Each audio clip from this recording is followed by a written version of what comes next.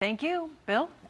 Molly, for more on this, we are joined by Jonathan Turley. He's a constitutional law professor as well as a Fox News contributor. Jonathan, as always, great to see you and good morning. Thanks for joining us. Thanks, Bill. So we just heard it in Garrett's report there. Minnesota officials say they've looked into some of these centers in that now viral video. They found no fraud. And Jonathan, they're still being paid. Take a listen to what they had to say. Each of the facilities mentioned in the video has been visited at least once in the last 6 months as part of our typical licensing process. For the current child care centers that have been named in the video, we have not paused. There isn't a current pause on any of their payments. As we gain more information from the folks that are out visiting today and gathering additional information, that may change, but currently there is no pause on any of the those individual centers. Jonathan, it's kind of hard to believe, but they haven't even paused those payments to maybe look into it a little bit further. Give us your thoughts. Well, the surge of federal resources into Minnesota is going to help a great deal. You know, the fact is you can't have this extensive level of alleged fraud without interstate criminal activity. Most of this is interstate. They're using wires and phones, and they're transporting out of state. So the feds have a basis to go in there. In addition to the fact that some of this is playing with federal money. You know, if Minnesota wants to burn billions, then do that if that's what they want to do, but they can't do that if it's a federal crime, and they sure can't do that with federal money. And when Governor Walz says, well, you know, I've been trying to get more authority, fraud's been illegal for a long time. I mean, you've been, and there have been some prosecutions in the past. This isn't a lack of authority. This appears to be a lack of interest, impulse, a lack of effort by state regulators and prosecutors. So we'll see what the feds come up with here. But Minnesota is really looking at a mountain of hurt coming down on them because this is getting worse by the day. Another thing that's kind of been uncovered through all this process and these investigations is Minnesota apparently has a voter policy that allows registered voters to, quote, vouch for up to 8 other people who want to do same-day voter registration. Here's a little excerpt of that policy. It says, quote, a registered voter can vouch for up to 8 voters. You cannot vouch for others if someone vouched for you. Jonathan, is the honor system a good way to run elections? It's so bizarre. It's really breathtaking. The fact is, most of the citizens in this country, according to polls, just want voter ID, that you just show your ID, you confirm your identification, and you've got states like Minnesota coming up with these kindergarten rules instead of just having simple voter ID systems that work. This is overwhelmingly popular with American voters. And so we really have to sort of hash through this in the coming election. It's going to be one of the issues that's going to be in the forefront, because we have new investigations that are showing serious problems in a lot of states with ongoing voter ID failures. And I do want to ask you about the ongoing case against the alleged D.C. Pipe bomber suspect. He's got a hearing later this afternoon, a detention hearing, after prosecutors say he confessed to the crime. Here's U.S. Attorney Jeanine Pirro. A post she put on social media says, quote, my office has filed court documents that Brian Cole Jr., accused of placing pipe bombs outside the RNC and DNC, has admitted that he was responsible for the devices and gave a detailed confession to the charged offenses, telling law enforcement he was frustrated with both political parties. Jonathan, obviously the feds expected to tell the court they want this guy to stay in custody. Got about a minute left here. Give us your thoughts. Well, this is a lot like the Charlie Kirk prosecution with Robinson. It's becoming a pretty much clear-cut case. You've got incriminating statements made after Miranda was given. The real issue here, I think, is to focus people who are engaging in the rage rhetoric today, that this is the type of person that you are triggering, that when you start calling ICE Nazis and other opponents fascists, when you say democracy is dying, these are the people who are hearing that and treating it as a license to turn to violence. All right, got to leave it there. Constitutional law professor Jonathan Turley, always great to see you. We will be seeing plenty more of you in the new year, I'm sure. Happy New Year to you.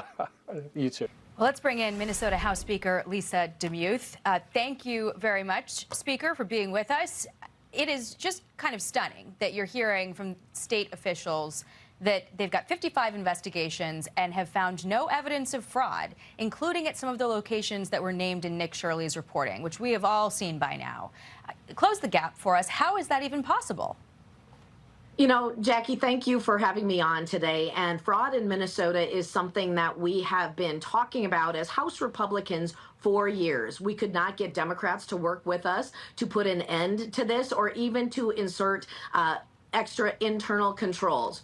What you are seeing out of this viral video that is done by independent journalist Nick Shirley has finally shown the light to all of Minnesota and the nation on how deep the fraud is, how it has gone unchecked, and why we need to stop this now. This is a theft of taxpayer dollars, both state and federal. We're grateful for the U.S. Attorney's Office and the feds that are coming to give assistance here where our governor and his administration have failed the people of Minnesota. So what tools do you have to make sure that things are in fact happening as they should be? Because you have right now the head of the Department of Children, Youth and Families denying these allegations and saying that no payments are being paused. Listen to this.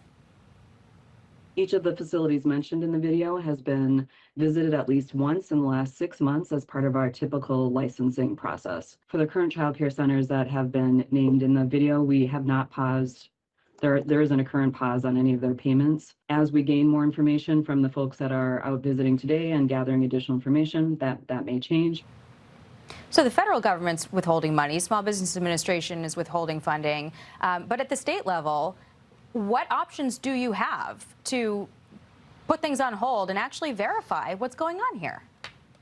You know, the governor could send in-person investigations and in-person site visits to each one of these sites. Department of Human Services here in Minnesota could be doing those. As you just heard from the commissioner, first we were told yesterday that site, the Quality Learning Center, misspelled on learning, we had heard that had closed down. And then yesterday, we found out later by an independent journalist from KARE 11 TV saying, no, there are kids being dropped off there right now.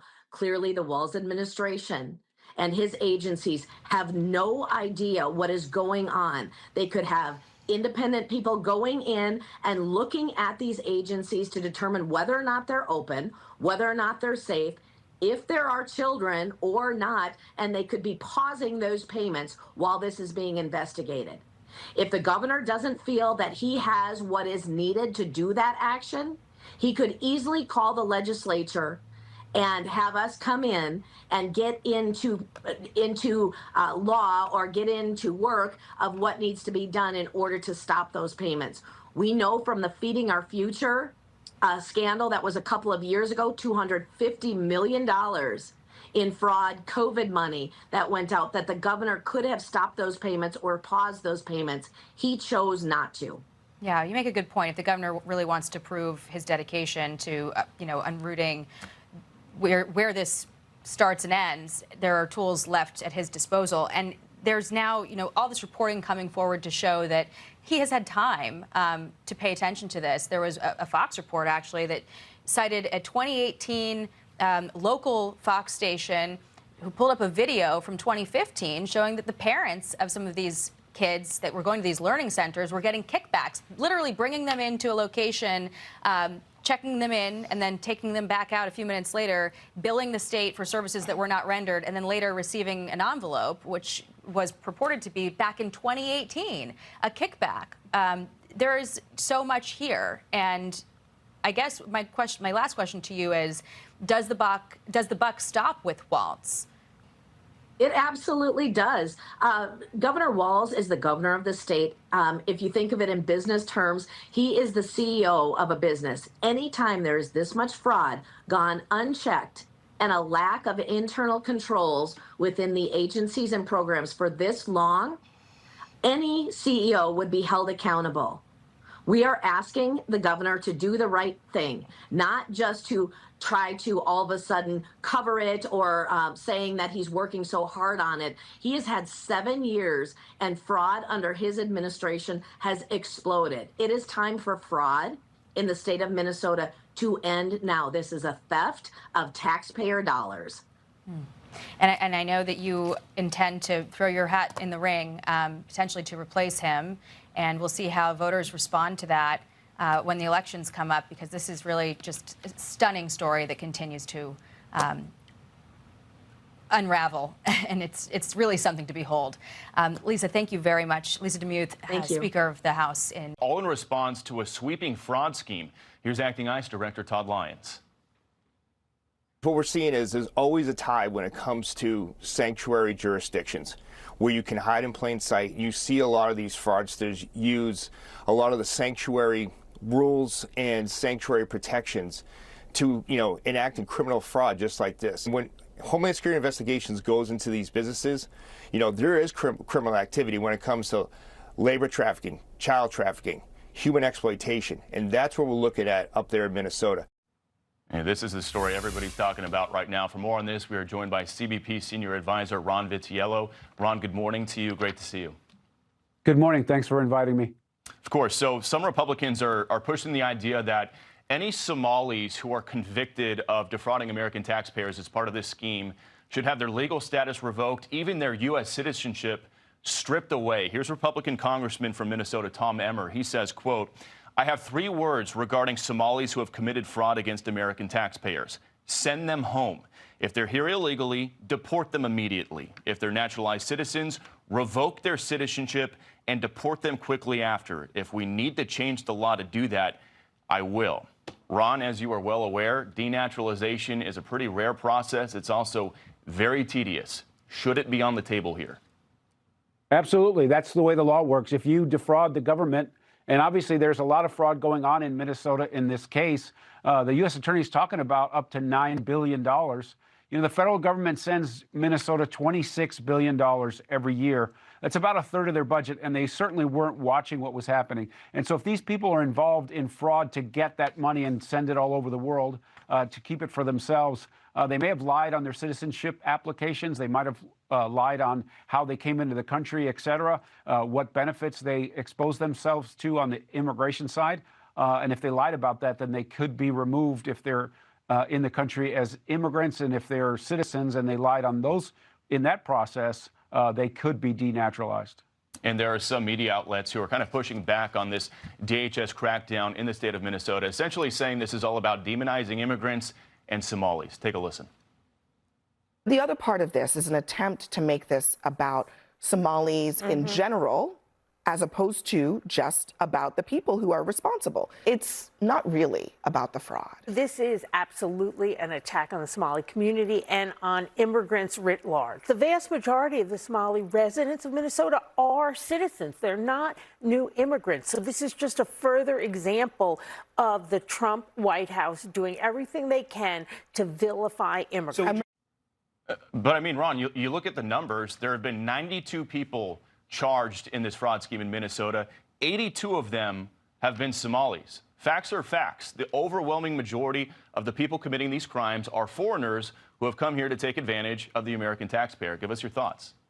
100%. We had an administration with Joe Biden that was encouraging people to come in the United States. Apparently, they're encouraging people to come to Minnesota and steal taxpayers' money that's designed to help that very community. This is a crime that happened in a place, and that crime was conducted by certain people that are in the United States. They happen to be from Somalia, and so they're the ones that are going to be prosecuted and removed.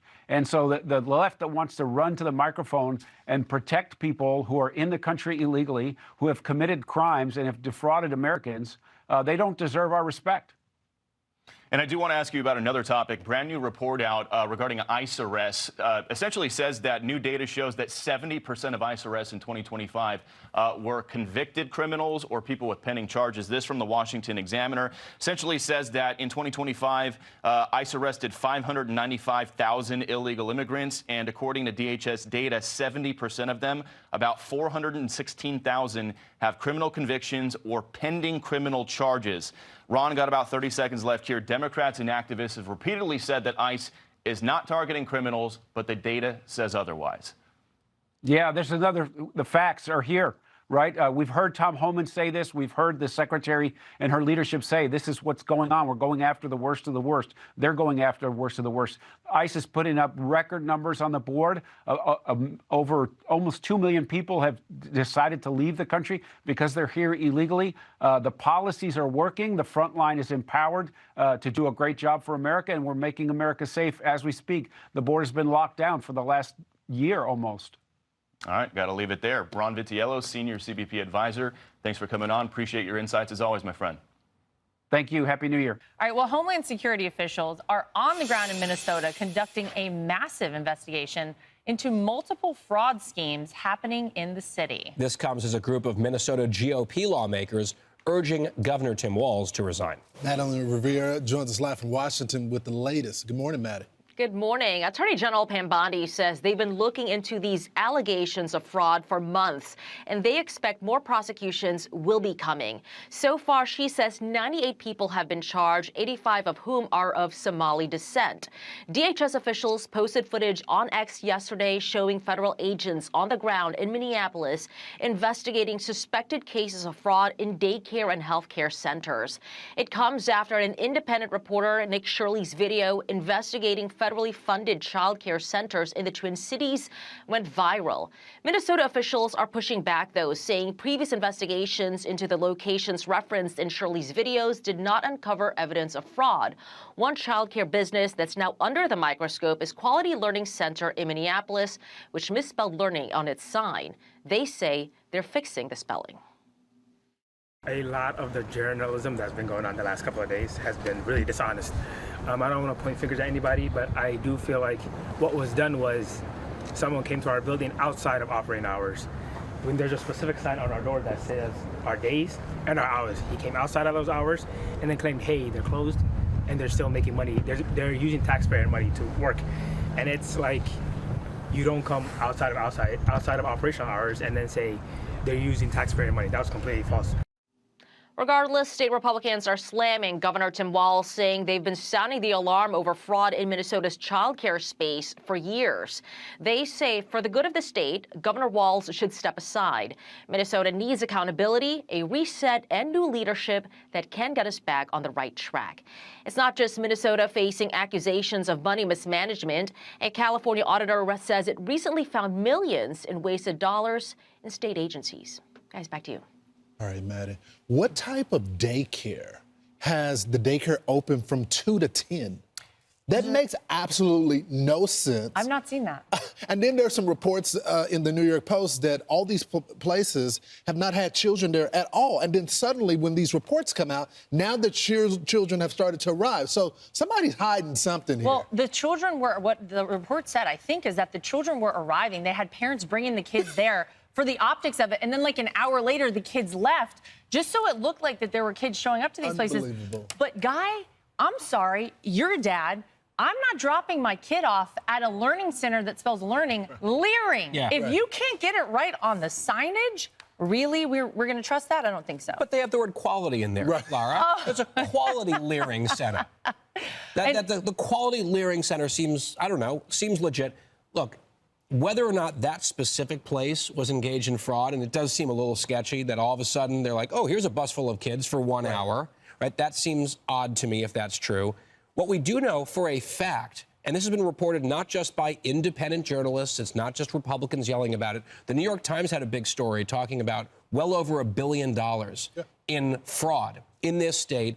And the U.S. attorney out there said the number could be much higher than that, closer to $9 billion. $9 billion. And he said when he looked at the overall spend on Medicare and Medicaid in the state, it was somewhere in the neighborhood of $18 billion. He says at least half, if not more, he believes is fraudulent. So you're right. It's around $9 billion just in Minnesota. But now we're hearing, as you just heard from Madeline, it could be California. This is probably not going to end, Lawrence, just in Minnesota. Well, this is why the administration is surging in ICE, and they've already found criminal aliens that are there on the ground. We had the director of ICE, Todd Lyons, on later. And this is what he had to say about these sanctuary city policies driving the fraud here. What we're seeing is there's always a tie when it comes to sanctuary jurisdictions where you can hide in plain sight. You see a lot of these fraudsters use a lot of the sanctuary rules and sanctuary protections to, enacting criminal fraud just like this. We've been on the ground for so long looking into these states that are conducting these type of material fraud. And when Homeland Security investigations goes into these businesses, there is criminal activity when it comes to labor trafficking, child trafficking, human exploitation, and that's what we're looking at up there in Minnesota. And you always come back to these sanctuary jurisdictions where you'll find them, like again, hiding in plain sight and using those sanctuary protections to employ, not only illegal aliens, but conduct criminal fraud just like you're seeing right now. By the way, if you have not watched that, I think it's a 42-minute video. Nick Shirley, that independent journalist, when he went and visited all of these different locations, if you haven't seen it, you should watch it because it is shocking to see what he uncovered. And kudos to him because, Lawrence, a lot of people out there, a lot of journalists out there, were just totally ignoring this. Well, they were ignored, and then you had a governor that is over this state, obviously, but was almost the vice president of the United States. And I just don't understand why there wasn't enough Oppo research done where we didn't find this out during election time. I mean, the guy was going to be second in command of the country, and billions of dollars is going to terrorism and other fraudulent programs, and we didn't know anything about it. Now, to the credit, apparently a lot of local reporters have been sounded alarm, and whistleblowers have been sounded alarm. But instead of the governor investigating the claims, he went after those people. I wonder if Kamala Harris's team vetted this. 100% did they know this and not care, or did they not know? Because she just went with her gut and there wasn't much time, so we're going to go with jazz hands. I don't know, but it's a complete mess in Minnesota, and I wonder if this might be a leering opportunity for voters there in 2026. So ICE is now on the ground in Minneapolis, conducting a massive investigation into child care and other widespread fraud, as DHS and the FBI ramp up a statewide crackdown. Federal prosecutors say that the total fraud in Minnesota could ultimately be more than $9 billion. ICE Director Todd Lyons joins us now. Mr. Director, thanks so much for joining the program. I want to bring your attention to this. This is a stat that we got from the Attorney General. 98 individuals were charged. 85 of those charged are of Somali descent. And we know that some of this money was going to terrorism and, of course, criminal activity. What can you tell us about what you're learning on the ground there? Hey, Lawrence, good seeing you. Yeah, so ICE has been on the ground in Minnesota for a while now looking at these fraud claims. And one thing now the Homeland Security Investigation Special Agents are looking into is just that you said, that money trail of where this money is going to foreign aid. Obviously looking at any type of links to any criminal activity, obviously terrorism activity, and one thing you will see is that ICE is actually out there going with criminal warrants to conduct these investigations. So all too often you hear that ICE is just out there terrorizing the community or conducting administrative work. We've been on the ground in Minnesota conducting criminal investigations, and Homeland Security investigations has gone door to door to a lot of these suspected fraud sites all over St. Paul and Minnesota, and we're learning a lot. Mr. Director, this is what the governor is saying in response to this in a statement. The governor has worked for years to crack down on fraud and asked the state legislature for more authority to take aggressive action. He has strengthened oversight, Governor Tim Walz, spokesperson. But they hadn't been aggressive, and it wasn't until your leadership, as well as the president's leadership, that you guys start serving these criminal warrants. So who dropped the ball here? Lawrence, what we're seeing is there's always a tide when it comes to sanctuary jurisdictions where you can hide in plain sight. You see a lot of these fraudsters use a lot of the sanctuary rules and sanctuary protections to, enact criminal fraud just like this. Secretary Noem has had us up in Minnesota. We had Operation Twin Shields with the FBI, CIS, and Homeland Security investigations. We were in September and November. We've been on the ground for so long looking into these states that are conducting these type of material fraud. And when Homeland Security investigations goes into these businesses, there is criminal activity when it comes to labor trafficking, child trafficking, human exploitation. And that's what we're looking at up there in Minnesota. And you always come back to these sanctuary jurisdictions where you'll find them, like again, hiding in plain sight and using those sanctuary protections to employ, not only illegal aliens, but conduct criminal fraud just like you're seeing right now. It's unbelievable. I want to get your reaction to this, Mr. Director. This is the mayor of Los Angeles And this is what she had to say about Latino border agents. Let's listen. Well, in a way, I think it's sad. I think that those Border Patrol agents are going to have a difficult time when they're out in the field and they see what actually happens in real life, separate from their training. But I do understand that their primary incentive is financial. What's your response to that, Mr. Director? You know, those are just sad comments. The men and women of ICE are all from all nationalities. We have so many that are first-generation Americans that just want to serve their country, and they want to be federal law enforcement officers. You know, and it's really bad to politicize law enforcement in any aspect, but to take cheap shots at the men and women who put their lives on the line every day to go out there and serve the nation, to make their communities safe. And it's just not a time and place for any type of elected officials to use, you know, the fact of a racial profiling in reverse, targeting the men and women of law enforcement. Yeah, it's pretty insane, especially when you consider that the Border Patrol is 50% Hispanic. And of course, there's a lot of minorities that are policing federal agents and ICE as well. And you're leading with them, Todd. Mr. Director, thanks so much for joining the program. Of the Minnesota House Fraud Committee and a Republican candidate for governor who says the Walz administration ignored warnings about fraud. Representative, it is great to have you on the show. I want to put this up. This is the New York Post front page. You can see it says the Walz closing in. And I would ask you the same thing, Representative. Do you believe that the Walz are closing in on the governor of your state? I do. Thanks for having me on. I think he has been derelict in his duties for 7 years. We warned him about these daycare fraud allegations last year. We did a full hearing on it in February, and they have done nothing since then. We gave them the list, similar to the list that we've seen go viral, and they haven't investigated them all, and they've done nothing. Even where there's clear signs and clear red flags, they haven't stopped payment. It is unconscionable. I want to put this up, too, because Garrett Tenney was just talking about the manager of the Quality Learning Center, although it was misspelled to Leering Center. But I want to put this up there because this is what he said about this whole investigation. Watch. Someone came to our building outside of operating hours when there's a specific sign on our door that says our days and our hours. We've been open for eight and a half years. We pay somebody to do our site. He incorrectly did it. We're having him work on it. There's no fraud going on whatsoever. Now, in deference to that man, I mean, you can look at the investigative, you can look at the records, and this place had no files for kids. Thank God, because there apparently was no food safety. None of those rules were being followed, and it didn't even have files for any staff members. So clearly something wrong was going on here.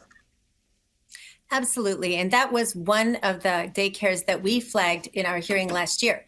So they've known about this. This has been on the radar of local journalists who did an investigative report on it. So for them to stand idly by for all these months and them continue to pay state taxpayer dollars to this organization is just terrible. And that's why we need a new governor. We just cannot have continuing to turn a blind eye and protect these fraudulent businesses. I wonder what you think when you see the legacy media just jumping in to try and defend these people who are committing the fraud. I want to play this bite. This is from CNN, and they are literally saying that everything that you are saying and everything that these investigations say are absolutely untrue. Watch. Just because conservatives are finding out about something for the first time doesn't make it new and doesn't make it some kind of cover-up. This idea that nothing is being done, that no one is being held accountable, that this was just let to run rampant is completely false. Yeah, she's completely false because this is all true. What didn't get covered is the fact that these people who were investigating this, the media outlets, were called racist again and again by the governor himself. Exactly. And the governor has turned a blind eye. I mean, he belatedly has done a few things over the last few weeks when the pressure is mounted and he started getting national attention. But he literally has done nothing. And they claim, oh, they just started stopping payment. They've always had the statutory authority to stop payment when there are credible allegations of fraud. And they didn't do it for 7 years. Belatedly, they're pausing payments and pausing enrolling new providers. But they've not shut anything down. They have not fired anyone.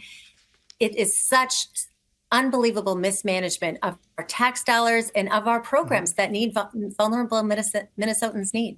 Yeah, we've heard very little pushback from the governor's office about the stats and the facts that have been laid out. Representative Kristen Robbins, thank you for joining the show. We appreciate it.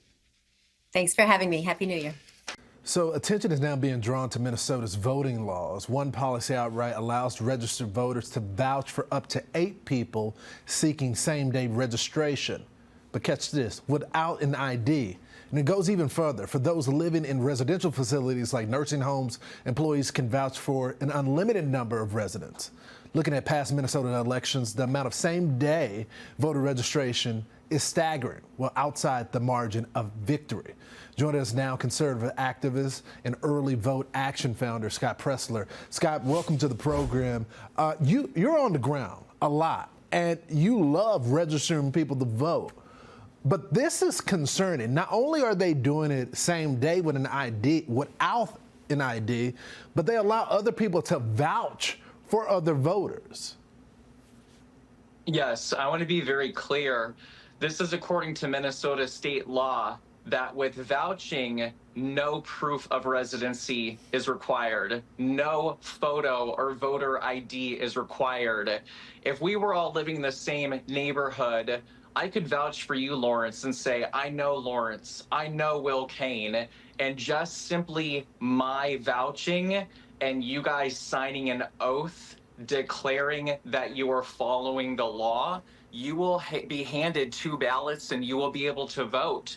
And if I have 6 other friends that I vouch for, my 1 registered voter in Minnesota could get 8 voters. Now, what's even more concerning, and you just said this earlier, is that if I were an employee at a residential facility, according to state law, I could vouch for unlimited voters by simply showing proof of being an employee at the residential facility. And so thanks to Nick Shirley, we are now exposing potential fraud when it comes to our election system. So, Scott, if we can't trust Minnesota to verify the businesses with billions of dollars, how can we trust them to verify if these people are actual residents of the state? Correct. Well, that's why investigative journalism is so important. And I really want to break this down for a second, Lawrence, because a viewer at home might say, okay, what if 8 people are vouched? Could that actually impact a state election? Let's go back to 2008 for a second. Did you know that in 2008, 500,000 voters, or nearly 19% of all voters in Minnesota, registered on Election Day? What? And did you know that former Senator Al Franken was elected by 312 votes?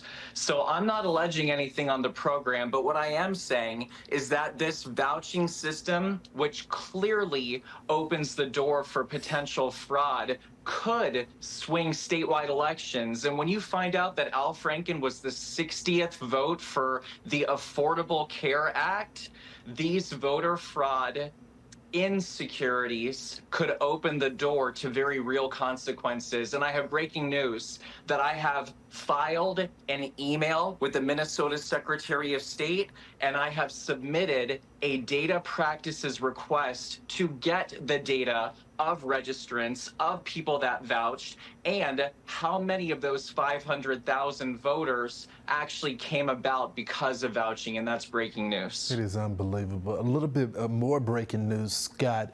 David, the man who went to visit those daycare centers with Nick Shirley, says he has now filed a criminal complaint against Governor Walz moments ago. Let's watch it.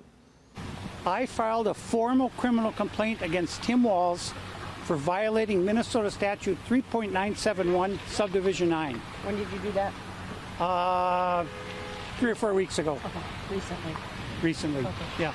So there's an investigation ongoing, and I think Tim's going to have a bad day, and he deserves it because he allowed this fraud because he wanted the voting block that the Somalis represent, because they all vote in a block, and it's 100,000, 150,000, who knows how many. But it's so bad now that when we go to a facility, they're already screaming, Nick Shirley, Nick Shirley, Nick Shirley. Unbelievable. Final reaction, Scott. You know, Tim Walz was saying that Minnesota is the #2 state to retire in. I think that we're finding out that Minnesota is the #1 state for fraud and the #1 state for leering. And I just want everyone to know that we are going to be like a dog on a bone, and we are not going to let this go, and we're going to fight for the American people. Yeah, I want people to go to jail, and I want the money back as well. Wherever it leads, they should go after it. Scott, thanks so much for joining us. GOP candidate David Hand joins us now. David, this has become a scandal that the entire country is focused on, and your opponent in this Minnesota Senate race, Lieutenant Governor Peggy Flanagan, recently appeared in a video where she is wearing a hijab despite the fact that she is a devout Catholic, apparently, and she seems to be apologizing to the Somali population there in Minnesota for the scandal and for bringing them into the scandal to any extent. Now, we should point out we invited the lieutenant governor on today, but she declined and sent a statement saying the lieutenant governor has repeatedly said it's unconscionable that people are stealing from taxpayers and that they should absolutely be prosecuted for fraud to the full extent of the law. As she runs for the U.S. Senate, she's also focused on the fraud and corruption in Washington under Trump, where guardrails have been dismantled and oversight has been weakened. So, David, what do you say to all of that? Well, I think it's unbelievable. We used to be the land of 10,000 lakes. Now we've become the land of 10,000 frauds, and it looks like we're now in the land of make-believe. The lieutenant governor is a candidate for the United States Senate, and she's out pretending to be a Somali, which makes absolutely no sense at all. But the fact is that the real problem in Minnesota is the governor and lieutenant governor who've overseen massive amounts of fraud by pretending to help people with tax dollars and then hiring criminals to steal that money. They need to be thrown out. So the governor of your state, Tim Walz, he's kind of all over the map in response to this scandal. He's saying, oh, yes, it's terrible, and we're going to get all over it. We have a long history of fighting fraud, which clearly isn't true given the results, but he's at least trying to make that statement. But then he's also saying, well, it's not really billions. We think it's a lot less than that. Oh, and by the way, the Republicans have nothing else to run on, so they're just attacking me. Oh, by the way, this seems a little racist as well. What do you make of that hodgepodge from the governor? Well, it just doesn't make any sense at all. They clearly had a responsibility, both Governor Walz and Lieutenant Governor Flanagan, to make sure the laws got administered correctly, and they didn't do that. We've had all this federal money coming in for supposedly to help people, and none of it has gone to help anybody. It's just disappeared, and they have complete responsibility for that. It's shameful that they have let that happen. They've taken no responsibility. Nobody in the administration has been fired or lost their job. And to say that they've been focused on fraud is just not true. They've been focused on handing out money is what they've been focused on. And David, listen, obviously you're running for that Senate seat in your state there, Minnesota. What is your message to Minnesotans? What is it that you want them to know from your perspective as you're seeking out this seat? Well, I think that in Minnesota, we've seen this massive fraud and this other failure on the part of the Democrats who run the state. We can't afford to send radical leftist politicians like Peggy Flanagan or Angie Craig to Washington to oversee the spending of federal dollars. It just doesn't make any sense. So my focus is going to be on making sure that we've got a good set of laws that are going to be administered properly, and we want to support the president and his administration. The Democrats in Minnesota have done nothing but obstruct this administration, and the administration needs allies in Washington to work with them, and the people in Minnesota expect that. That's our message. That's what we're going to run on, and that's what we're going to win with. All right, David Hand, thank you very much for your time. Hey, everyone. I'm Emily Campagno. Catch me and my co-hosts Harris Faulkner and Kaylee McEnany on Outnumbered every weekday at 12 p.m. Eastern, or set your DVR. Also, don't forget to subscribe to the Fox News YouTube page for daily highlights.